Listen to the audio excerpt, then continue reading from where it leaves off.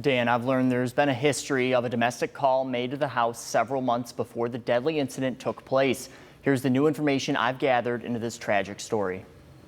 We just heard what sounded like a big gun, like a boom, a gunshot, and this girl screaming. That was the call Tiffin police answered right as two children under the age of 7 and 2 adult men died in a domestic incident in northeast Tiffin. Police say it happened after a mother of 2 tried to remove belongings from inside the home. They say 42-year-old Ryan Egan showed up at the home, charged at 29-year-old Dustin Willie, and shot him multiple times, then turned his gun to the 2 children, killing both before taking his own life. WTOL 11 reached out to Tiffin police on Friday afternoon to get records of prior domestic instances. It shows one prior police intervention relating to issues with child custody dating back to July 24th of this past year. Records show the caller was Egan and had voiced concerns about the mother's relationship with Willie and was, quote, afraid for her safety. But as a victim, it's scary. It's embarrassing to even speak about, the things that are happening to you.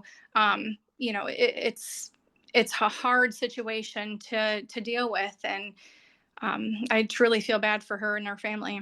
Christina Dickerson of Toledo is a domestic violence survivor and advocate. She uses her platform to speak with police about her perspectives and experience in such situations. She says one of the things she's keeping an eye on as the investigation continues is the history between Egan and the mother. I would be curious to know, if there has been any, contact with police. If so, how was it handled?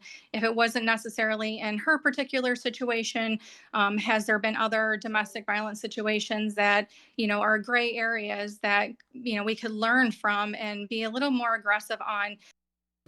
I also have audio from the mother's call that she made to Tiffin police on Wednesday. At this time, we are not going to air that due to its sensitive nature, but I'll share more of what I can coming up. Reporting in studio, Jack Crum, WTOL 11.